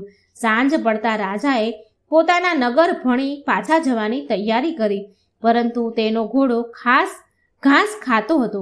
તેથી તે ઘોડાને પંપાળતો ગીતાજીના 15મા અધ્યાયનો પાઠ કરવા લાગ્યો. પાઠ પૂર્ણ થતાં જ ઘોડાનું મૃત્યુ થયું. રાજાને ઘણી નવાઈ લાગી. તેણે આ વિશે ઋષિને પૂછ્યું તો ઋષિએ જણાવ્યું કે હે રાજન, આ ઘોડો ગયા જન્મે તારો મંત્રી હતો. તે તને પુત્રો સહિત મારી નાખીને તારું રાજ છીનવી લેવા ઈચ્છતો હતો. આ પાપથી તેનું અકાળે મૃત્યુ થયું અને આ જન્મે ઘોડા રૂપે જન્મ્યો. આપના મુખેથી અનાયસે ગીતાના 15મા અધ્યાયનો પાઠ સાંભળતા જ પશુયોનિમાંથી મુક્ત થઈને સ્વર્ગલોકમાં ગયો. આ અદ્ભુત કથન સાંભળીને વિસ્મિત થયેલો રાજા નૃસિંહ મહેલે પાછો ફર્યો. મોટા રાજકુમારોનો રાજ્યાભિષેક કરી રાજ સિંહાસન પર બેસાડી તેને રાજા તરીકે જાહેર કર્યો. ત્યારબાદ રાજા નૃસિંહે ગીતાજીના 15મા અધ્યાયનો નિત્ય પાઠ કરવા લાગ્યા. આ પાઠના પુણ્ય પ્રતાપે તે મૃત્યુ પછી વૈકુંઠ લોક પામ્યા. 15મા અધ્યાયનું મહાત્મય ફળ કથા અહીં સંપૂર્ણ થાય છે. ભગવદ્ ગીતાના 16મા અધ્યાયની મહાત્મય કથા ફળ. 16મો અધ્યાય છે દેવાસુર સંપ દ્વિભાગ્ય યોગ. આ 16મા અધ્યાયનું મહાત્મય ફળ કથા શંકર ભગવાન પાર્વતીજીને અને વિષ્ણુ ભગવાન લક્ષ્મીજીને કહે છે કે હવે તમે રોગ, ભય અને શોકનાશક ગીતાજીના 16મા અધ્યાયનું મહાત્મય ફળ વિશે સાંભળો. સૌરાષ્ટ્ર નગરમાં ખડગબાહુ નામનો રાજા રાજ કરતો હતો. તે ઘણો જ ભલો અને ઇન્દ્ર સમાન પરાક્રમી. એક દિવસની વાત છે. પ્રાતઃકાળનો સમય હતો. રાજા ઝરૂખામાં બેઠો હતો. એવામાં તેની નજર એક ગાંડા તૂર થઈ ગયેલા હાથી પર પડી. હાથી સૂંઢ ઉલાળતો, ધરતી ધ્રુજવતો દોડતો હતો. લોકો ચીસો પાડતા, જીવ બચાવવા નાશ ભાગ કરતા હતા. સૈનિકો હાથીને ભાલાની નોક મારીને તેને પકડવા માટે દોડતા હતા. તેવામાં રાજાની નજર હાથી જે દિશામાં જઈ રહ્યો હતો તે જ દિશામાં આવતા એક બ્રાહ્મણ ઉપર પડી. રાજાને લાગ્યું કે હમણાં જ ગાંડો હાથી બ્રાહ્મણને કચડી મારી નાખશે.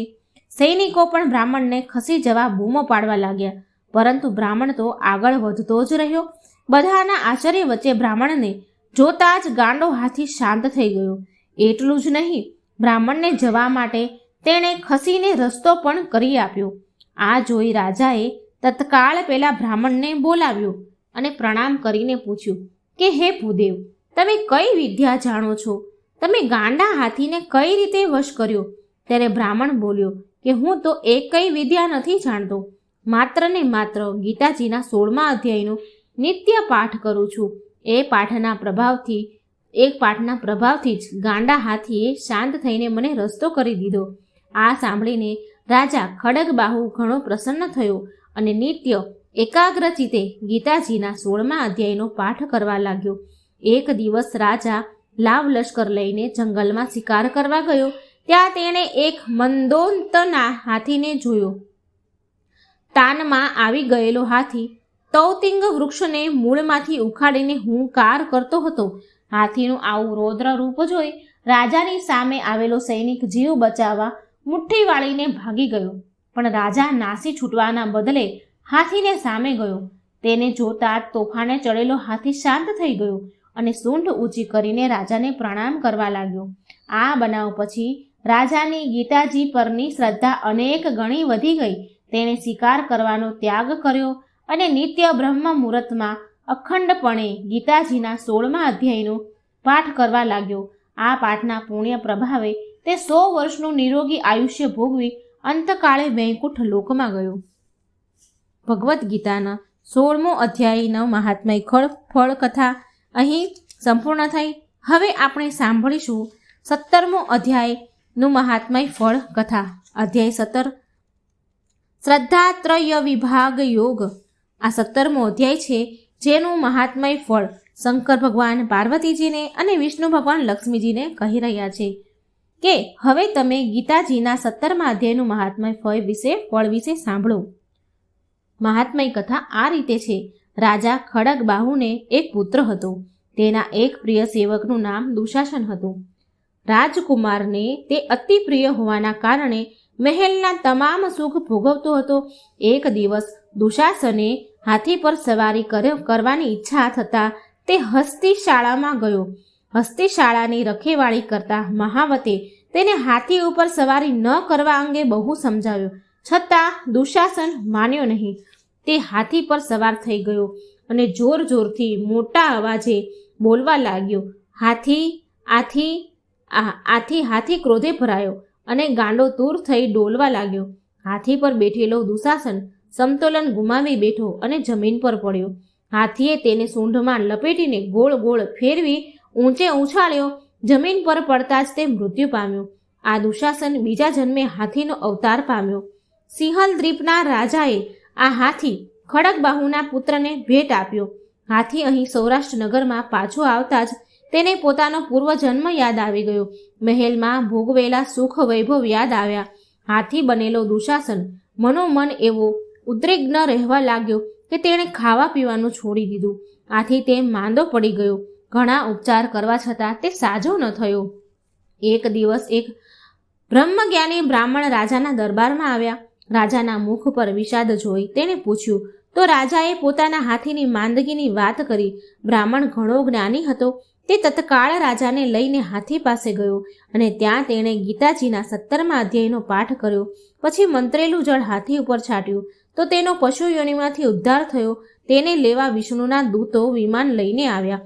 હાથીને આવી પરમ મુક્તિ મળેલી જોઈ વિસ્મિત થયેલા રાજાએ બ્રાહ્મણને આ વિશે પૂછ્યું તો બ્રાહ્મણ બોલ્યો કે હું નિત્ય શ્રદ્ધાપૂર્વક ગીતાજીના 17મા અધ્યાયનો પાઠ કરું છું. આ પાઠ દ્વારા મંત્રેલું જળ હાથી ઉપર છાંટવાથી જ તેનો ઉદ્ધાર થયો છે. આ જોઈ રાજા ખડગબાહુ પણ નિત્ય ગીતાજીના 17મા અધ્યાયનો પાઠ કરવા લાગ્યા. આ પાઠના પુણ્ય બળે તે પૃથ્વી પરના સર્વ સુખ ભોગવીને અંતકાળે સદેહે વૈકુંઠ લોક પામ્યા. 17મા અધ્યાયનું મહાત્મય ફળ કથા અહીં સંપૂર્ણ થઈ. હવે આપણે સાંભળીશું છેલ્લો 18મો અધ્યાયનો મહાત્મય ફળ કથા. અધ્યાય 18 મોક્ષ સંન્યાસ યોગ. આ મહાત્મય ફળ કથા શંકર ભગવાન પાર્વતીજીને અને વિષ્ણુ ભગવાન લક્ષ્મીને કહી સંભળાવે છે. શંકર ભગવાન પાર્વતીજીને કહે છે અને વિષ્ણુ ભગવાન લક્ષ્મીજીને કહે છે કે ગીતાજીના 18મા અધ્યાયનું મહાત્મય ફળ વિશે સાંભળો કે જે વેદોથી પણ ઉત્તમ છે, સર્વ શાસ્ત્રો માટે સર્વસ્વ છે, તેમજ સંસારના દુઃખોથી ઝાડને છિન્ન ભિન્ન કરનાર છે. સિદ્ધ પુરુષો માટે આ પરમ રહસ્યની વસ્તુ છે. મેરુ પર્વતના શિખર પર અમરાવતી નામની એક દેવતાઓની રમણીય નગરી છે. તેને પૂર્વકાળમાં વિશ્વકર્માએ બનાવી હતી. આ નગરીનો રાજા ઇન્દ્ર તેની પત્ની સચી સાથે રહેતો હતો. એક દિવસની વાત છે. ઇન્દ્ર દરબાર ભરીને બેઠા હતા. એવામાં જ ઇન્દ્રએ જોયું કે વિષ્ણુ ભગવાનના દૂતો એક અદ્ભુત પુરુષને લઈ આવી રહ્યા છે. તે પુરુષને 1000 આંખો હતી. વળી તેના મુખ પર સૂર્ય સમાન તેજ હતું. ઇન્દ્ર તે 1000 આંખોવાળા પુરુષનું તેજ જીરવી ન શકતા મણિમય સિંહાસન પરથી પડી ગયો અને બેભાન થઈ ગયો. આથી ઇન્દ્રના સેવકોએ દેવલોકના સામ્રાજ્યનો મુંગટ તે અદ્ભુત પુરુષના મસ્તક પર મૂકી તેને સિંહાસન પર બેસાડ્યો. પછી તો સ્વર્ગના નવા રાજાની ખુશાલીમાં દિવ્ય ગીતો ગવાયા. દિવાંગનાઓની સાથે દેવતાઓ તેની આરતી ઉતારવા લાગ્યા. ઋષિઓએ વેદ મંત્રોનો ઉચ્ચારણ કરી તેને આશીર્વાદ આપ્યા. ગંધર્વો મધુર સ્વરમાં મંગલમય ગીતો ગાવા લાગ્યા.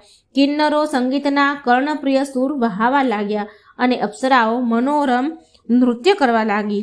જ્યારે ઇન્દ્ર ભાનમાં આવ્યો ત્યારે તેને જાણ થઈ કે ઇન્દ્રનું ઇન્દ્રાસન છીનવાઈ ગયું છે. હવે તે સ્વર્ગનો અધિપતિ રહ્યો નથી. તેને વિષ્ણુ ભગવાન પાસે જઈને ફરિયાદ કરી, હે પ્રભુ, મારાથી એવો કયો અપરાધ થયો કે મારું ઇન્દ્રાસન મારે છોડવું પડ્યું? પૂર્વકાળે મેં 100 યજ્ઞનું અનુષ્ઠાન કરી તમને પ્રસન્ન કરીને આ સ્વર્ગાધિપતિનું પદ પ્રાપ્ત કર્યું હતું. પરંતુ તે પુરુષે એવું તે કયું કર્મ કર્યું છે કે તેનું પુણ્ય બળ મારા કરતાં પણ વધી ગયું અને આજે દેવલોકનો અધિપતિ બની ગયો છે? ત્યારે વિષ્ણુ ભગવાને કહ્યું કે હે ઇન્દ્ર, તે અદ્ભુત પુરુષ નિત્ય ગીતાજીના 18મા અધ્યાયનો 100 પાઠ અત્યંત શ્રદ્ધાપૂર્વક કરે છે. આ પાઠનું પુણ્ય સર્વ પુણ્યોમાં શિરોમણી છે. તેથી તેનું પુણ્ય બળ વધી જતા તે દેવલોકનો અધિપતિ થયો છે. તમે પણ નિત્ય ગીતાજીના 18મા અધ્યાયનો પાઠ શ્રદ્ધાપૂર્વક કરશો તો તેના પુણ્ય બળે અવશ્ય તમને ઇન્દ્રાસન પાછું મળશે. વિષ્ણુ ભગવાનના આ વચનો સાંભળી ઇન્દ્ર ગોદાવરી તટ પર જઈને ગીતાજીના 18મા અધ્યાયનું નિત્ય 100 પાઠ કરવા લાગ્યા. ધીરે ધીરે ઇન્દ્રનું પુણ્ય બળ વધતું ગયું. એક દિવસ સહસ્ત્ર આંખોવાળો પુરુષ ઇન્દ્ર પાસે આવ્યો અને તેને ઇન્દ્રાસન સ્વીકારી લેવાની વિનંતી કરતા બોલ્યો કે મને ઇન્દ્રાસન કરતાં વૈકુંઠ વધુ પ્રિય છે. આ તો તમને ગીતાજીના 18મા અધ્યાયનું મહાત્ફળ જણાવવા માટે હું ઇન્દ્રાસન પર આરૂઢ થયો હતો. જો તમે નિત્ય ગીતાજીના 18મા અધ્યાયનો શ્રદ્ધાપૂર્વક પાઠ કરતા રહેશો તો કોઈ તમારું ઇન્દ્રાસન છીનવી નહીં શકે. આમ કહી ઇન્દ્રને ઇન્દ્રાસન સોંપી તે અદ્ભુત પુરુષ વૈકુંઠ લોકમાં ચાલ્યો ગયો. હે પાર્વતી, જે મનુષ્ય શ્રદ્ધાપૂર્વક આ પાઠનું શ્રવણ કરે છે તે સમસ્ત યજ્ઞો કર્યાનું ફળ પામી અંતકાળે વૈષ્ણુ ભગવાનના વૈકુંઠ લોકમાં જાય છે. તો મિત્રો, અહીં આપણે હવે ભગવદ્ ગીતાના 18 અધ્યાયની મહાત્મય કથા સાંભળી અને આ કથા સાંભળવાનું ખૂબ પુણ્ય છે. આપણા સર્વ પાપો બળી, ગમે તેવા જઘન્ય પાપ હોય એ બળીને ભસ્મ કરે છે. માટે આ અધ્યાયોને સાંભળી અને આપણું જીવન સાર્થક કરીએ. આ મરણના જીવતાના જે ફેરા છે એ આપણે ટાળીએ અને ભગવાનના વૈકુંઠ ધામ જઈએ. માટે આ અધ્યાય જરૂર સાંભળજો. જય શ્રી કૃષ્ણ. રાધે રાધે. Thank you.